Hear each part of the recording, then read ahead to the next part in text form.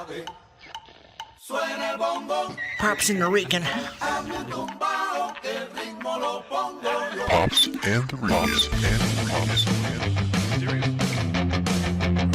Look at this. Pops and the Rican. The Pops and the Rican.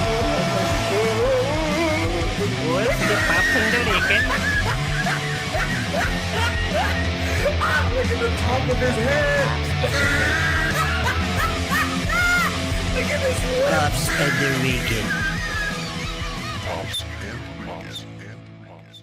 That's going to lead to the question of, okay, how do you guys see the challenges of bringing up these specific topics and not offending people, the offended, and all this sensitivity that's out there now? We have a friend, Dave.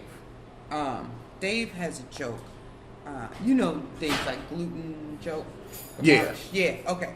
So our friend has a joke about taking his best friend who's white to a Black Lives Matter march for Eric Gardner, the I Can't Breathe. And then he said his white friend was just like, oh wow, this opened my eyes, I'm going to take you to one of our marches. And he took him to a gluten-free march. Right? Yeah. So he does a joke. The joke always kills. It's really funny. Yeah. Afterwards, this white couple comes up. It's like 6 of them. And the lady's just like, I was extremely offended by the last joke you did, right? And he's like, oh, what joke? And she's like, the joke about the gluten-free. And he goes, really? You were offended? And she goes, my husband, or my, husband, because she was with her brother. My husband is a New York police officer. So he's like, okay.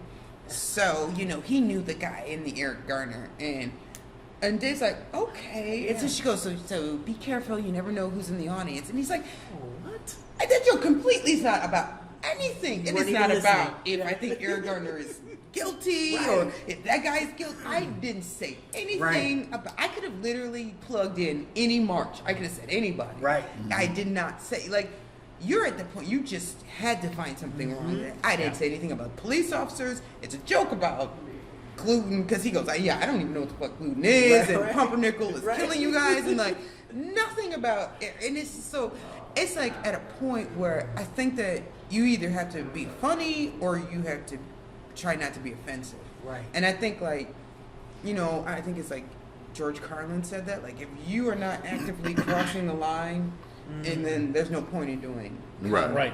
And I don't try to cross the line to just cross the line. I'm not gonna say anything. Somebody needs to shoot. I'm gonna say something stupid. Cross that line for a reason. I'm gonna cross it if I think what I have to say is important and funny. If it's not either, if you're doing something on purpose, for a purpose, then it's done. It's clever, right? Yeah, and you're taking the audience in a direction they didn't plan on going when they walk through the door. Right. However, if you're just okay, this audience looks like if I come up and I say something about, Donald Trump is an idiot. They're okay. What was funny about me saying that? Right. Okay. So I could pretty much get up and say, pretty much every politician, they're all idiots. Right. That's the truth. Yeah. Right. The same way people saying Donald Trump is an idiot. Right. Because first of all, why would anybody want that job for any reason whatsoever? Right. Right. I don't care who it is. Right. There's some sense of mental retardation that has to go on in the brains of those people to think, I'm going to do it different, and everybody's going to love me different. No, I joke. I am a because you just remind me. I joke I am a special ed teacher, right? Okay. And I I've made this promise to myself before. If somebody was in the crowd with special needs or had a kid with special needs, I want them to laugh at the jokes I make about kids with special needs. I want them to laugh. I don't want them to go, if they're offended, then fuck them. Because I have purposely made sure that I am not being at all you know what I mean? Yeah. In any way disrespectful, right? And so I have a joke about using the term retard or whatever. And I did it at Stand Up for Autism. And when they laughed, then I thought okay, I don't give a fuck. Yeah. I don't care if somebody contacts my job and says that if these people laughed, And like they really laughed, and then like, there were kids in the audience laughing, but they were laughing and everything. But I was just like, they laughed and they loved the joke. So it's just like stuff. That's what I feel like. If you're willing to be offensive, but it's funny and people are. I think we live like in a super sensitive culture sometimes. Like it's where it's at, especially with the internet too. Now everything is just instant, right? Yeah. So then they take bits and pieces of what was said, right, and it's totally out of context. Right. So it's like, okay, now I got to explain myself, right? But you weren't there for the whole set, and right, why I built up to that, and what was my actual point of view. I think people are actually preferring to be offended. Because I think they get a pleasure out of it. Yeah, like certain people know what you mean. Like you could say something and it's clearly not meant to be offensive, but they're going the extra mile to be offended. Well, that definitely offends me. Right. Right. Well, did you hear that? I'm going to be offended by what you just said because I'm sure. I really don't know anybody, but I'm pretty sure somebody is offended. If they would have been here, they would be offended. So I'm going to be offended for them. You're going to be a offended proxy. Right. Do you hear about the Columbia University thing? Where it was an Indian comic, and he went and he said that the reason why he knows that you're like born gay is because his best friend is black and gay, and nobody would choose to be both of those things. Right. Yeah. It's like, no one looks in the mirror and is like, how can I? No one black looks in the mirror and is like, how can I make my life harder? Gay. Yeah. So they cut his mic off. And they stopped it. And they're like, oh, so offensive and whatever. And then the Columbia University president said this, and then all these people retweeted it. Yes, that's worse. He goes, as a stand-up comic, I don't think that you should make fun of anything that you are not. And apparently you don't know what stand-up comedy is. And somebody said, you are a president of a university. When the hell did you become like the comedian of like what? And so all these people who were retweeting them, then people were like, how many comedians make fun of, Chris Rock makes fun of like white women or white people or his parents or older people, or a lot of male comics make fun of their wives or women in jail, like all these people, but you've decided you can only make fun of what I am. I can only make fun of 6 foot, over 6 feet black guys that's fat. Right, that's it. Is it because of the fact that the name is not known like Chris Rock? Yeah, like, you know that's what I mean? what somebody said. Stuff is, and then like, since we don't really know you, right? So that makes me mad as a comic, right? So I'm not gonna say nobody's name, but Chris Rock's last special, Tambourine, was trash. Was it really? It was garbage. Have you seen it? It was Michael Jackson and everything, right? Yeah, I saw it. It was Michael Jordan on the Wizards. So there's a term for that, which is horrible. I fell asleep. God damn, that sounds painful. That is LeBron on the Lakers. Okay, all right. You're just saying So I fell fell asleep on it twice. I saw and the next day I woke up and just watched it again, and several of my comic buddies, several of the ones that's in the chat, were like, oh my God, that was dope. It was brilliant. It was genius. Nobody used the word funny at all. Yeah. So as a comic, your product has to be funny. If I was a chef, my product has to be delicious. You can't say, oh my God, this was dope. This was brilliant. This dish was amazing. How did it taste? Right. It was dope. Right, but it wasn't right. Was it delicious? Oh no, it was Explain, terrible exactly. as far as taste wise. Right. So his they were defending him against my arguments, but using my defenses against me. So I was like, well, one, none of his premises were developed. You know what I'm saying? He was just basically kind of talking, and he would touch on subjects, and he was like, oh, he's never developed jokes like that. And I was like, wait, you told me it was brilliant because he had bits and I only had jokes. So basically you saying he develops his things into entire bits, but my shit ain't developed. What do you mean? So you pole jocking him because he's famous. That's it. You pole jocking him because he's Chris Rock. Right. Yeah. That's what Eddie Murphy said. Eddie Murphy said that, like, technically he writes stuff and he would love to do stand-up, but he's Eddie Murphy. Right. So if I do a 2-hour set, the crowd's going to be laugh, you know, Eddie is confident, but it's Eddie. Right. You're going to laugh and fall out the seat, and it's going to sell, and it's going to be number one. Not because it's great, it's because it's Eddie Murphy. Like, so it doesn't really, it's like at this point where you can't really test your stuff out on the crowd. Right. But like, somebody said this, like, think of all the comedians of like, just pre-social media, like even 10 years ago. So and like pretty much old people like me. No, just anybody before. Well, 10 years ago. See, everybody, we got around to Bob's side of the whole conversation He was here. saying Finally, any stand-up hour or half hour from like 1995 to like 2009. You think of the ones that blew out of the water, and rewatch them now, and watch if they were coming up now. How many people on Twitter would be offended or hashtag? It was like Patrice O'Neal, Bernie Mac. This whole joke about like his boy being gay. That would have been canceled. The whole Kings of Comedy canceled. Patrice O'Neal canceled. It's just like all these people. They were saying.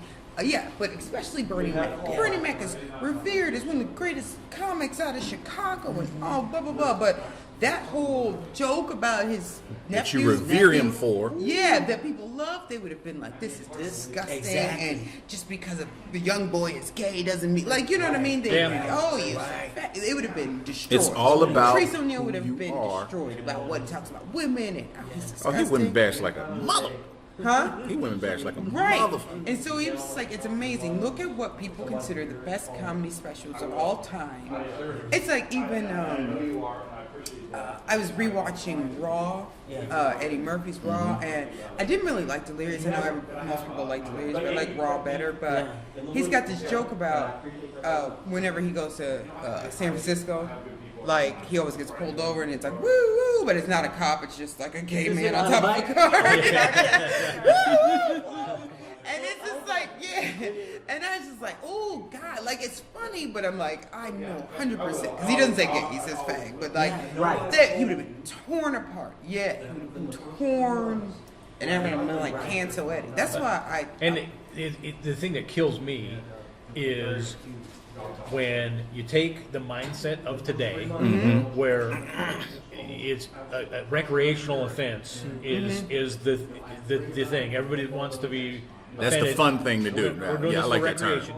Right. And when you look back at comedy that just killed in another time frame, and people today, they want to, not only do they want to totally blast that comedy, but then they want to erase the fact that the comedy happened, and because it happened back then, we need to kill their career at this point moving forward. We're going to demolish them. You know, and it's just like, you're the same people who, when you were a teenager, cried tears of laughter at these jokes, and now you're like, I'm offended. I'm so offended. But when we were 10, 9 years old, we all were dying laughing at Eddie Murphy. We were dying laughing at Eddie Murphy. You brought up Bill Cosby a little bit ago. Has he done stuff that has ruined him in today's marketplace and put him in jail? Yes.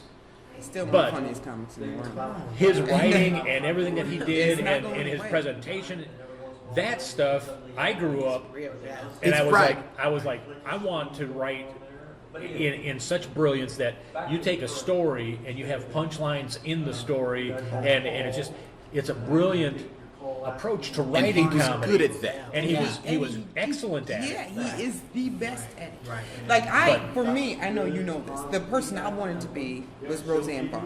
When I was a kid, I turned to HBO. I didn't know who she was. My dad was like, I'm turning whatever. And her first joke to open, I don't even know what special it was. She said something about, like, since moving to Hollywood, they see I need to be more feminine.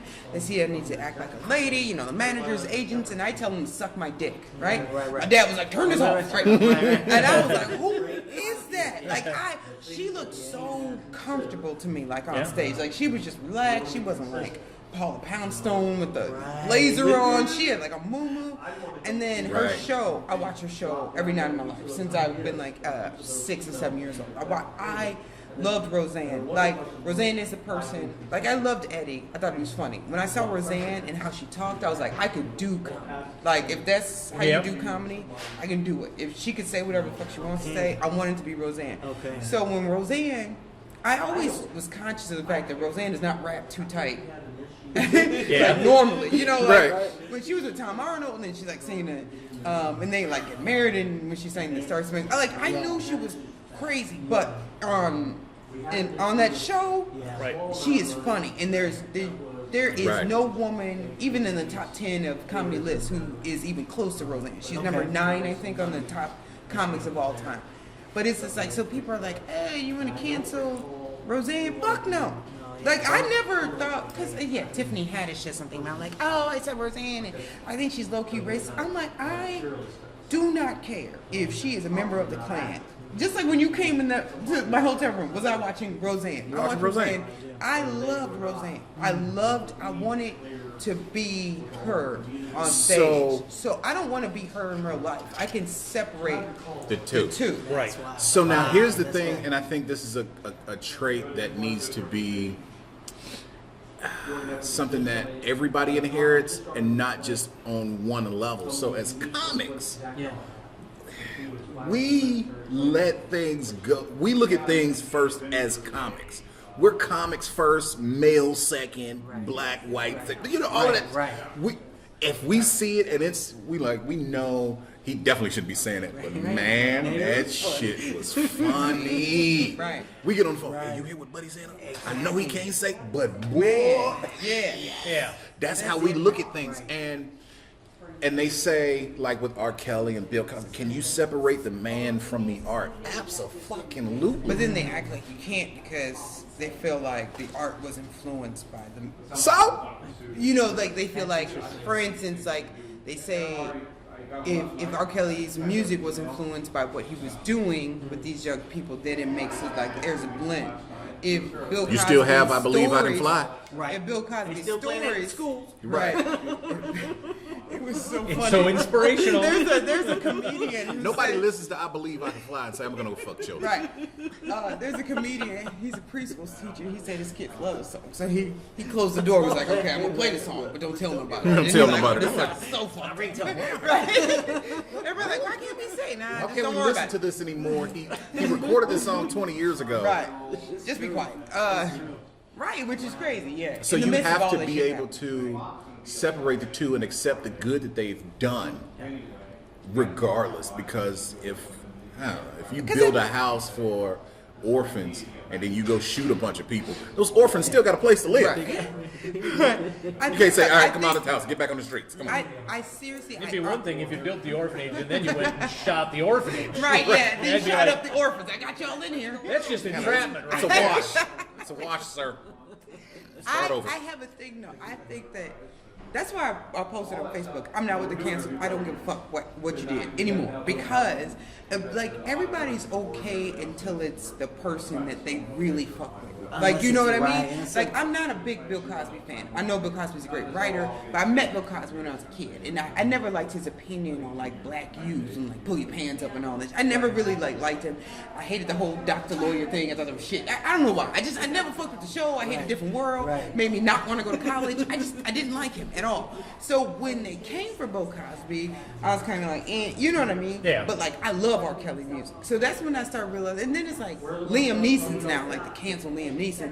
And then it's like cancel fucking goddamn. Now, then it's just like cancel Ariana Grande. Then people like cancel Demi Lovato for laughing at 20. Then I'm like, you know what? Fuck it. Because you're going to keep coming for every single person. It's going to be a hashtag cancel somebody. I don't give a fuck. If this person fucking blow up a goddamn so what the problem church, is, I'm going to be like, and I guess I'll be Go the Michael person that Jordan. I says don't it. give a fuck. The problem Because I'm is we're in USA high school where everybody is rushing to say what they think everybody else is going to agree with. Oh, we shouldn't listen to R. Kelly's music because he's a rapist and a pedophile, and yada yada yada, because they think they're getting the jump on everyone else saying it. And with the introduction of the internet, we're all connected now instantly. So now the world is split on R. Especially Chicago. Chicago is dead split on R. But Kelly. see, it's not split. It's like me and these teachers. I work at a school. It's an all-white school on the North Shore, and like, so what these teachers put on Facebook is like, I am heartbroken and whatever, which is true. I don't fault them, right? But then, when we're sitting there at the table, and this teacher was like, I was working out this morning, and R. Kelly's Feeling on Your Booty came on, and I turned it up. I love that song. And it's just like, there's generations that are here because of him. And it's just like, I get what she said, because she felt like, honestly, like, I feel so disappointed in myself because I love that song, right? I like it, but it's just like, you still don't like what this person does, but it's hard to, because she was like, I didn't watch the whole documentary because I love his music so much. And I know that's gonna make me feel a certain. It's like for instance, Liam Neeson. It makes me be like, I don't get what the purpose of it is. Does that make sense? Like, I don't get what the end goal is. Are we just gonna have like? Is our leader like? Is the person that's gonna be remaining just like some nondescript race, non-gendered person? Just smooth like a Ken doll. Because everybody has their own opinions and what works for them. You know what I'm saying? So the weird thing about it is, I think that a lot of people are disappointed in the fact that they're doing this, and it really doesn't matter. His sales skyrocketed after that documentary. Wow. The thing that I hate, I think is wrong with our society is that we think that because people are famous, they're like these perfect people, and then when we find out that they're not, we want to tear them down so bad. Like, I think we have lost a time where we could agree to disagree agreeably. And then just it's okay. Okay, if you have an opinion on something and I have a differing opinion, we could have dialogue and say, well, help me understand where you're coming from. I want to hear your opinion so that I may still never agree with your opinion, and you may never agree with mine, but we can still be friends. And we can walk away unmurdered. And we can still laugh and bring funny but at the end of the day, we're still gonna disagree there. But let's not focus on that. Let's admit to it and then say, okay, how can we get back to being funny? Because that's what we want to go back to. Ultimately, that's what it matters. Like, I feel like if you're trying to get like politics and like what law, like, you need to be dealing with politicians. If you're trying to laugh, and like the point of laughing is just to forget all that other shit, or make fun of it or laugh. It's all in jest. But people take shit seriously. You know, and I don't talk about it like publicly to make a big point out of it, but I am a fairly conservative person. I don't necessarily agree with everything President Trump does or anything like that, but you know, as a conservative, he's the president. We need to do what we can. Okay, that's my own personal opinion. I don't get up on stage and say, well, I expect you all to believe like me, and but that's what you know. But in fact, this last week when I was actually on stage the night of the State of the Union address. Okay. And I thanked everybody. Hey, I really appreciate you guys coming out for live comedy, because you could have stayed at home and seen comedy on the State of the Union address. Exactly. And everybody was like, "Oh, that's funny," and it was funny because I got off stage and a couple of guys said, "No, I'm a pretty conservative." Yeah. They're like, you got up and you called it the Mistake of the Union address, and you made fun of. I was like, because that was funny. Exactly. You know, and it doesn't change the fact that I come from my viewpoint. My life viewpoint is going to be from that more conservative aspect. But if making fun of my own life viewpoint is funnier than trying to convince the entire room to adopt my viewpoint, I'm going to go for the funny. have to understand that I am a comic first. Exactly. I'm going for the laugh. What you just said. Yeah. Like, It's I was am I trying to born- convince y'all to come with me and join me, Right. or am I trying to make y'all laugh? That's what I'm trying to do. I was born at 2:22 p.m., but at 2:21, the comic me was born. Right. Yeah. Comic first, sir. Right. So if it's funny, it's funny. That's like when I write jokes, I go for the part that's nobody is on that yet. So that doesn't mean that I don't have an opinion on these other 2 for or against, but the one that's funny is the one that's going on stage. Right. Yeah, Just that's make what its I place. think. Because Get I paid feel to be like funny. otherwise you're preaching to the choir. Why am I going to say, yeah, of course, Bow Wow a woman should not put her hands on a man. I don't want to say that in comedy. Like, you don't, I want to start it, but I'm like, why the fuck? Yes, we know this. Nobody should put their hands on anybody. Now, let's get to some funny shit about this. Yeah, you should already know the shit. If you're here, you're over You're going 18. to a comedy show, you should expect to get punched in the face with a joke. Right. Oh, I didn't expect that. Right. And as a comic, you should have such deep conviction in the funny of what you're delivering that you're willing to take a punch in the face for your own punchline. Grits. And then, as Schmitty B always say, you fuck that. It was funny to me. It's funny. Funny You to know, me. you're gonna laugh later, okay? After Right. you're done being offended. You just don't want to laugh in front of these people because you're too scared to be you in front of everybody. Roseanne said that in a book. It's called, I think it's called "What's So Funny" or something like that. She said that women generally, but it goes probably even more now, have a hard time laughing at. So she was saying, like, you could do a comedy show, and as a woman, she was talking about female comics. A woman can do a comedy show and say, women need to learn how to suck dick better, or something like that. And the men will laugh, and the women will laugh, right? And she says, men, you all have really small dicks, and I'll tell you why. No men are gonna start laughing, right? Right. The women are gonna be like, they can't really laugh because the dude's gonna be like, "What the fuck you laughing at? Yeah. My dick's not small, so what are you laughing at? You talking about an old dude you were with? Who you been looking at? Right, right. So she said it's amazing because what you burst out laughing at is what you agree with, and people don't want to burst out laughing if nobody else is bursting out laughing. Like if you say something about abortion and someone's like, you're like. So you had crazy. Right? But if no one else is laughing, they're like, that's a crazy abortionist over there. You know what I mean? Like, so I was like, that is true. But she was just like, and women women in the audience usually tend to be the most reserved people because they don't want to laugh about.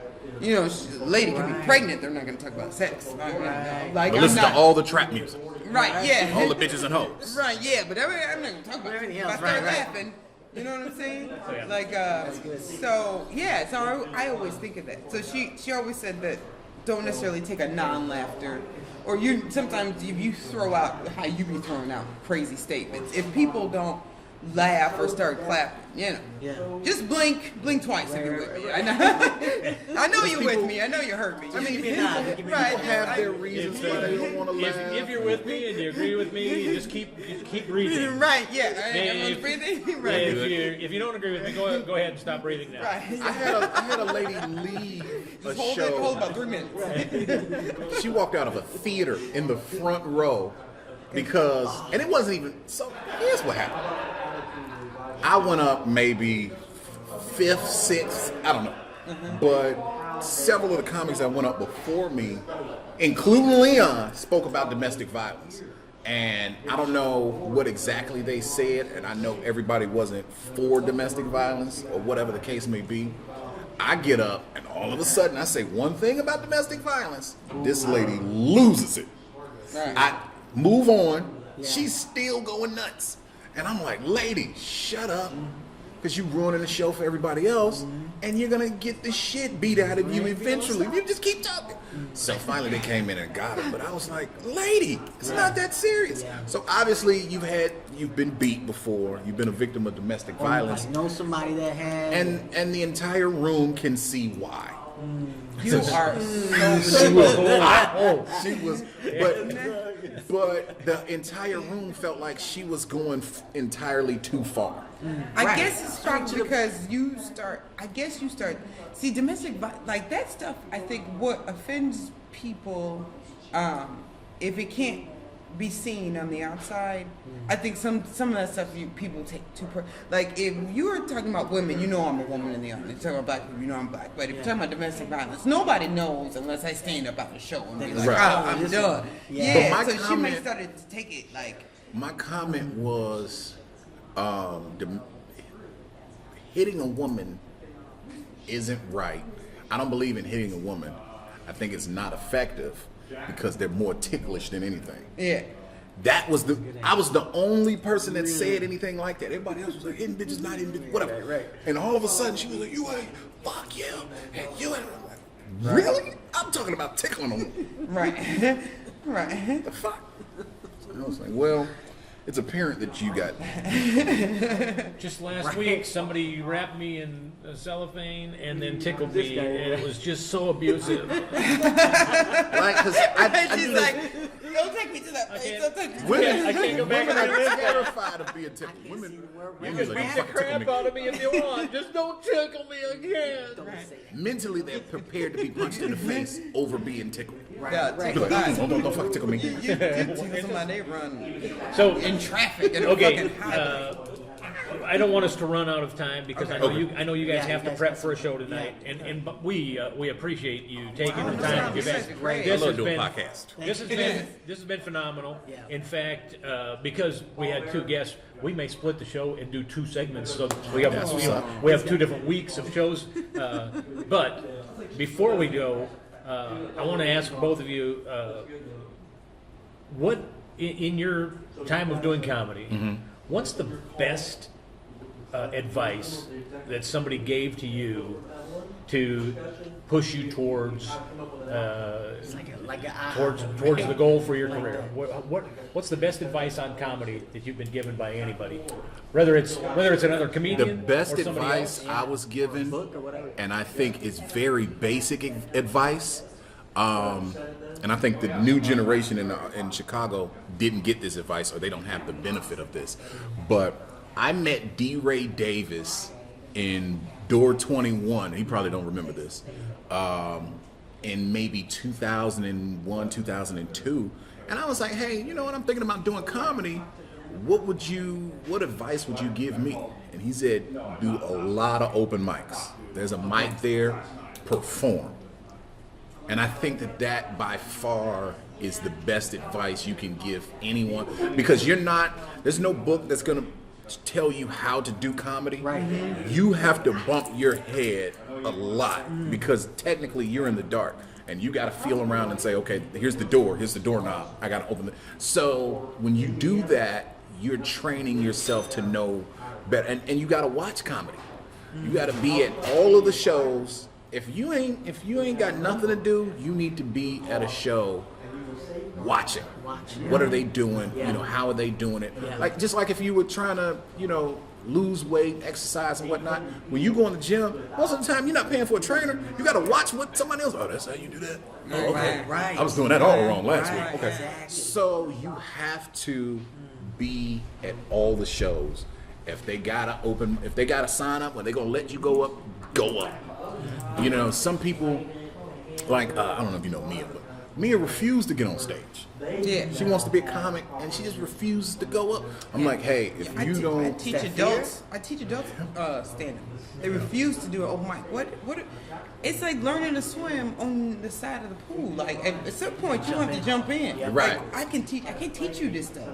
Exactly. That an open mic. And she was like, well, I'm scared and I got real bad stage fright. You're supposed to have that. Right. If you don't have that, then you should. Like, the times that I've bombed, I was completely confident. Yeah. I was like, oh, this is going to be amazing. I'm dope. I killed my first show. I'm dope. I am dope. It's kind of like saying, I want to be a bodybuilder, but I don't want to go to the gym and lift weights. Right, yeah. You puts me on. Do work. Right. You gotta do that.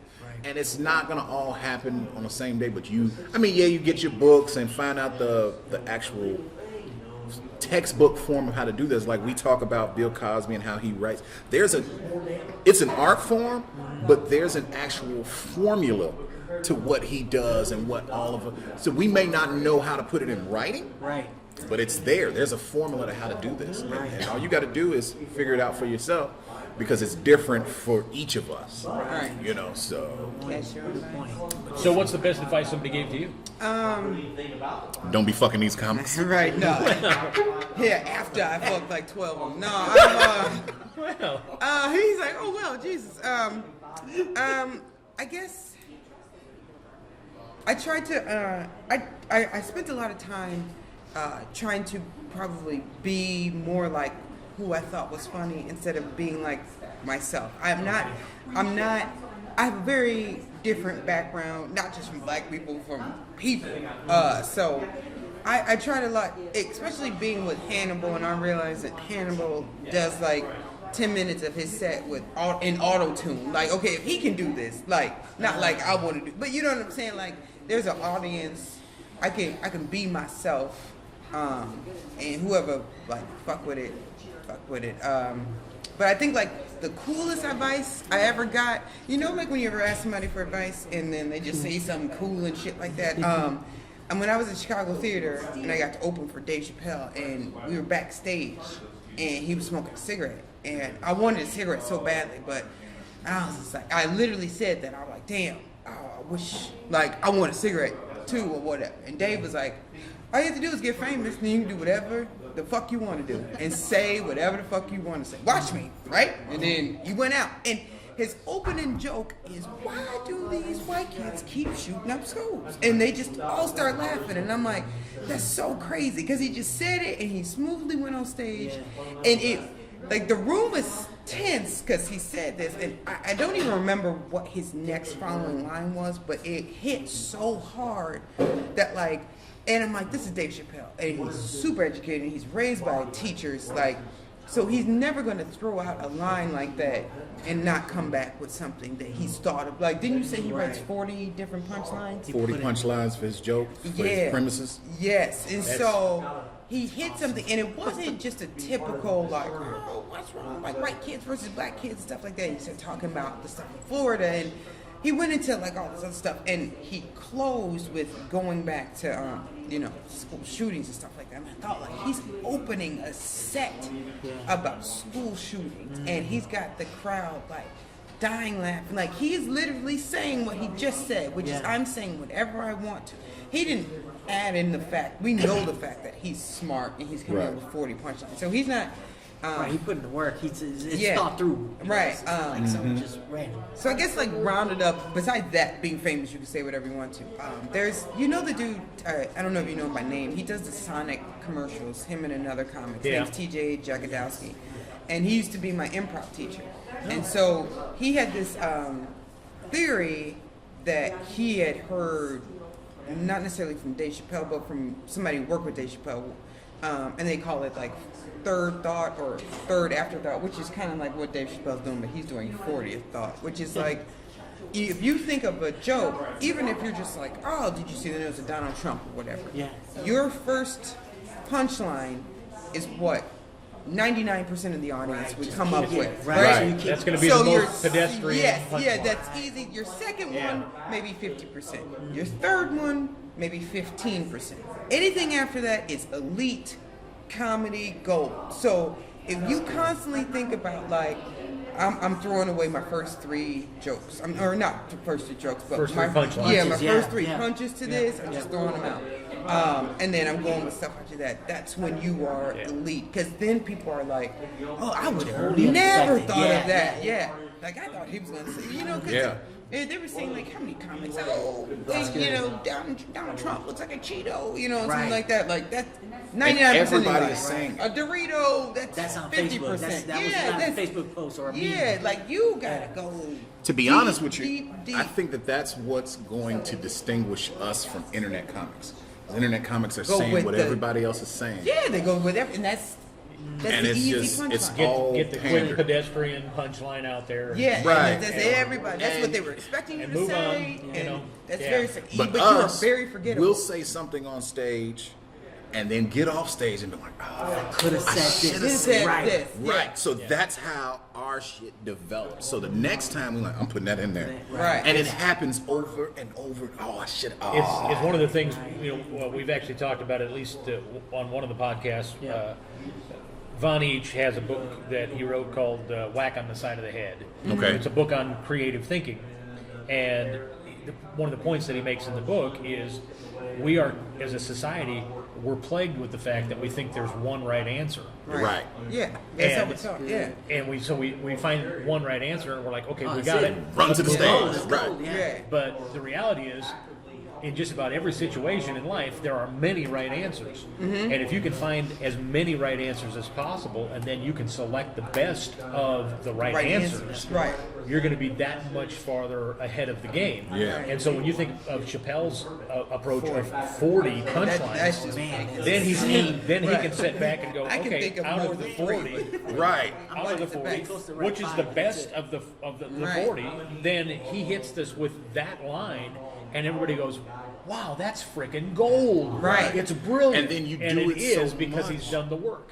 It's not happening when you leave the stage. It's happening while you're saying the first punchline and you're like, oh, let me say this. Wait, when he did that bit where he started at the end of the joke.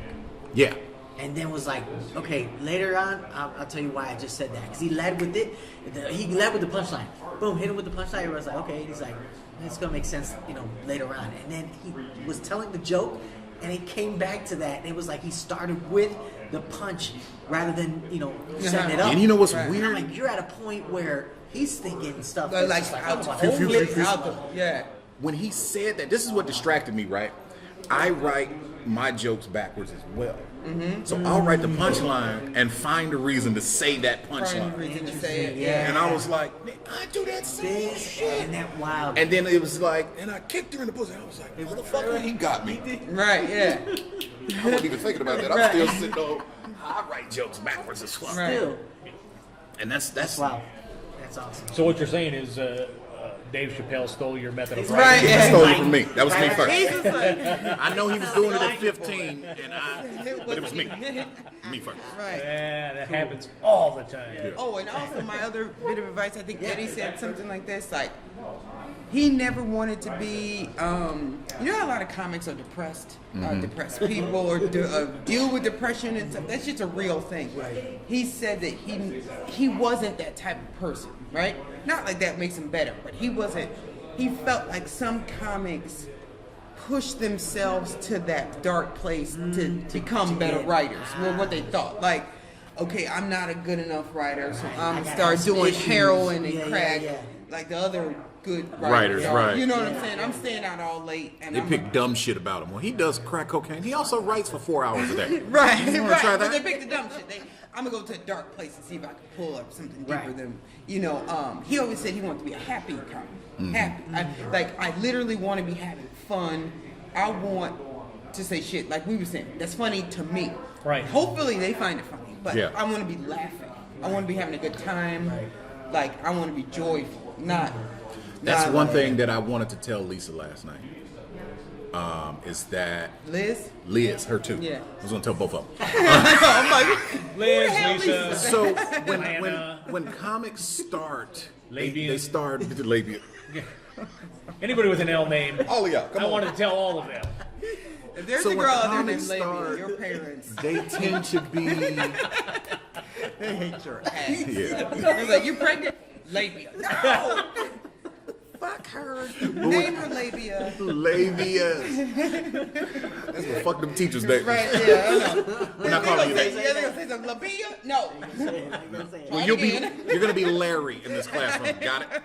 So when I say Larry, you answer. But I think one of the biggest things the biggest mistakes that new comics make when they come in is that they're too robotic.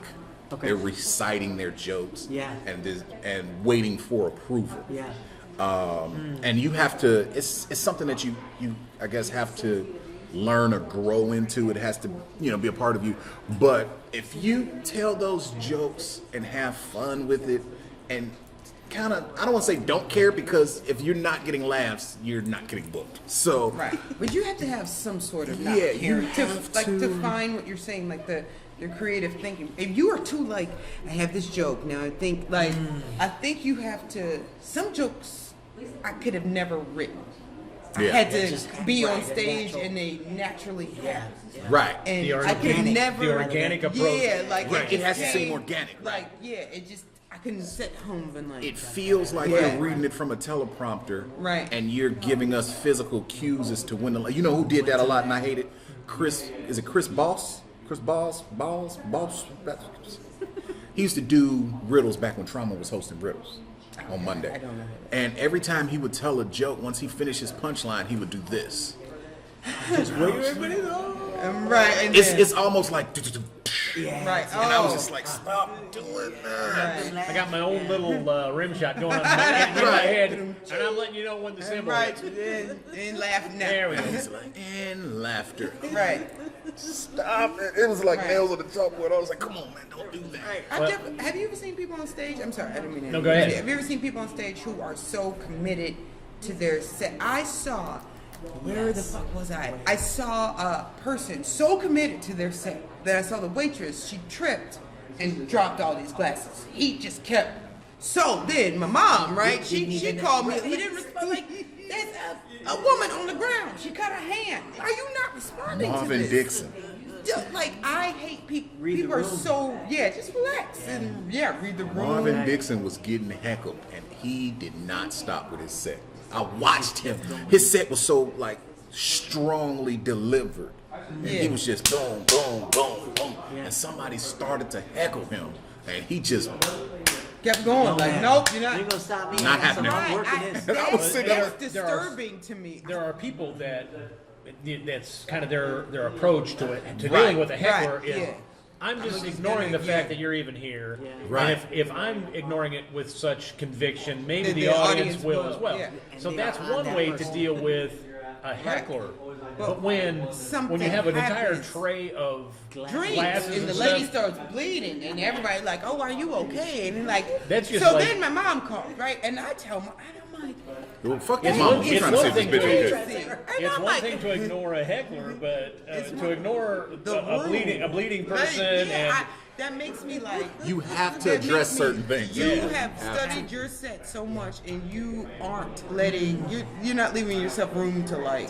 Yeah. Like you could possibly get a joke. Yeah. Not like saying you have to make fun of it, but you could be like, "Are you all right?" You know. Yeah, they definitely fuck firing this carpet. her. Yeah. Right. Exactly. If you need a job later, you can say check. anything. Like, but like that person's set was over. That happened in the first like 10 seconds, but that person's set was over. Because the audience was kind of like, oh, man, this person didn't even fucking care. Yeah, this fucking weirdo. I don't want to listen to you. You see her dump a bunch of drinks, and it's like, you get a free drink, right? As long as you can lick it off the floor. Right? Yeah, something like that. It's carpet. I know it's gonna take you. Carpet is gonna suck it up. Make somebody. The straw's not gonna work, man. The straw's not gonna You work. can move off. Yeah. Because what happens is I don't the think focus that people just can was do like, that. whoop, whoop. So now you telling jokes and hoping that focus, you have to control that. But I think people are scared to be on the fly, like how you just said. Well, just say something really. I feel like no matter what you say in that situation, you will get a response. Yeah, some people will relax. Okay, he saw that too. But I will say, because you talked a little bit about you starting out with improv. Yeah. Doing improv. That's one of the things that helped me to be in the moment.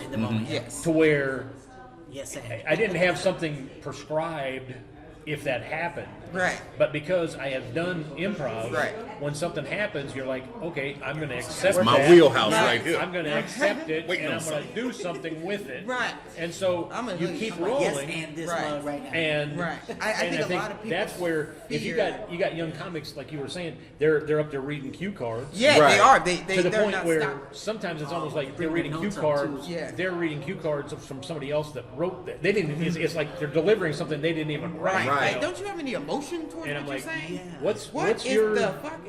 Yeah, like are you upset You about have this? to, but also I don't think that, we seem so much like finished products that it seems like there's only one way to be a comic. And like I was saying on the ride up here, there's certain qualities. There's like thousands of boxes you can check. Not all of us possess, the same qualities at a certain level. Some of us are checking other boxes. You're not on the same journey. You know, so you have to really be looking at, you know, right now you starting off, this is your first day, you got no boxes checked.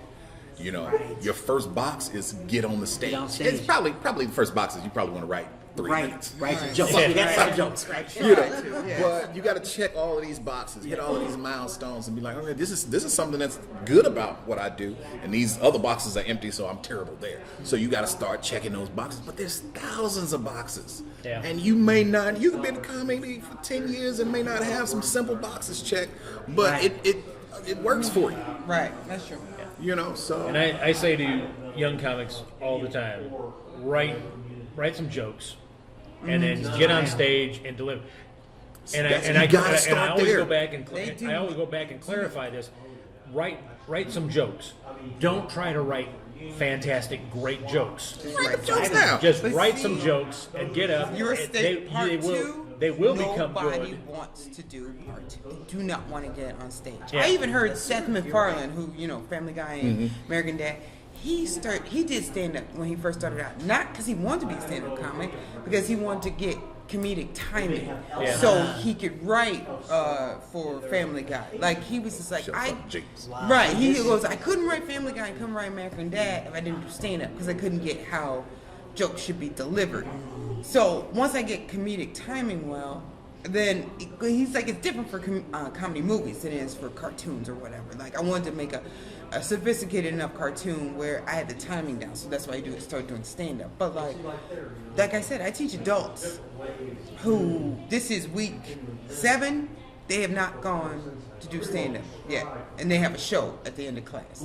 They haven't, and I keep telling them, no, because I'm like, we sit here in class, it's this light in class, and chairs are sitting there. It's totally different in a bar where people are ordering drinks. Yep, the TV's on, and you realize that you got to project your voice to the back of the room. The back of the room. You have to get people's attention. You have to walk around. You have to make eye contact with people you've never seen before. The first time that I did Comedy College, which is a class on stand-up comedy that I do, the first time that I did it, I said it to everybody that was wanting to come to the class. Okay, we're going to have the class, and then we'll do a showcase.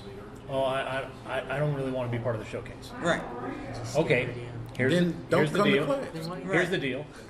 You can take the class. Why are you paying for this? You can take the class for $85, and that includes the showcase.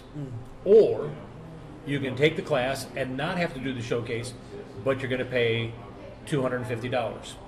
Tell me people didn't pay the $250.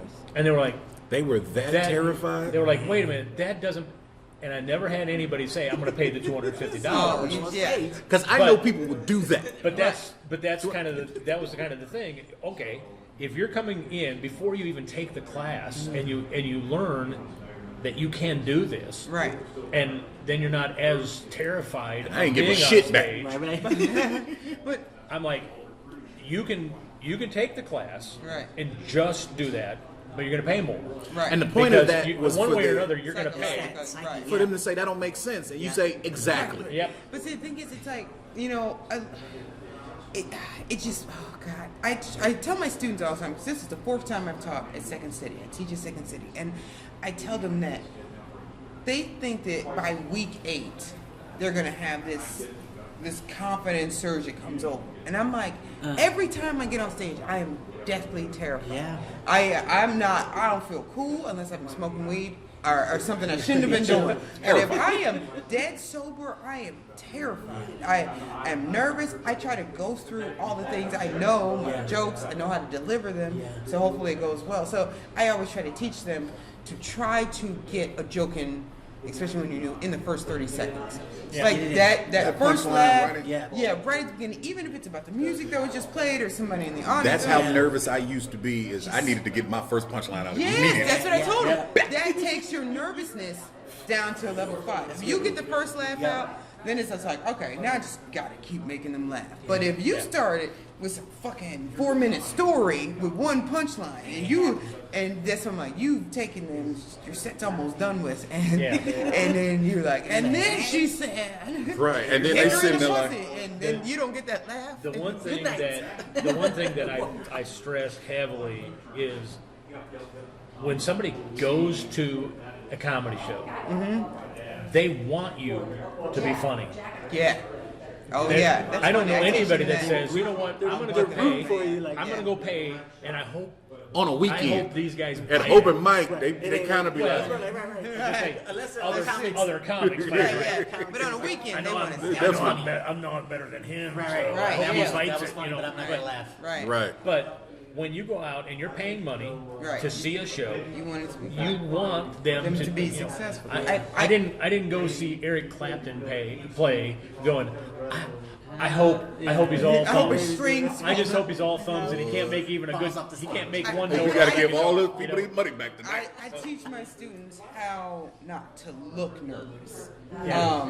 That's the and that's funny a thing. major That's good. thing. I take them take the mic out, move Right. the stand. Get comfortable. Yeah. Get comfortable. On the No stage hands in the first. pocket. No. A lot You of would them. never know rock I'm bottom. nervous. I'm leaning all on the wall. And shit. Yeah, but I said you can physically do whatever with Yeah. your body that makes you think you don't look nervous. But that like you're shaking. Right. It's like because I'm like then the crowd gets uncomfortable for you. Like Yeah. this person's nervous, Right. and then they start. They Like, get nervous. Yeah. for you. I'm like, yeah, just how you said. They want you to be successful, and if you're nervous, then they get nervous. They're You like, this cannot person is do not. stand-up comedy in theory. You Yeah. just got to get on stage. Yeah. Yeah, And it goes the other thing that I stress, whether it's in class or when we run an open mic, or even if I'm producing shows, I say it at every one of the shows. The most important thing, I want you to get out there and have fun. Right. Because if you're up there on stage and you're having fun, the audience came to have fun, and if you're having fun, they're going to have fun with you. So Right. just That was a box I had to proactively check. Right. So I was getting on stage and I was just telling jokes, but I wasn't having fun. right. So now that I have fun, I can say whatever the hell I want. Yeah. Yeah. Right. Yeah. Like I'd be up there and I'd be like, yeah, and this, that, and the other, this, that, and the other. But it wasn't like I was visibly having fun. Right. Right. That's good. Yeah. I had fun. Well, we want to thank you so much for taking time out of your day just to hang out with us. And Where can anybody find you online? You guys social media? Are you guys on Facebook? Yeah, you can follow me on pretty much everything Schmitty B. That's SCHMITTYB period. That's Instagram, YouTube, Facebook, Twitter. I'm on all of that. Let's see. the police report. What? Instagram, Facebook is Erica Nicole Clark. Twitter is Comic Erica Clark. I couldn't get all the letters in. So, yeah, that's it. Yeah, and the YouTube, Erica Nicole Clark or Erica Clark. It'll be on one of those. Yeah. Well, the last thing I'm gonna ask you to do is because we're wrapping up, and this is the Pops and the Rican Show. I'm Pops. Pops and the Rican. Pops and the Rican Show. Yes. Suena el bongo. Hazme un tumbao, Pops and the Rican. Pops and the Rican. The Pops and the Rican. Look at this dude.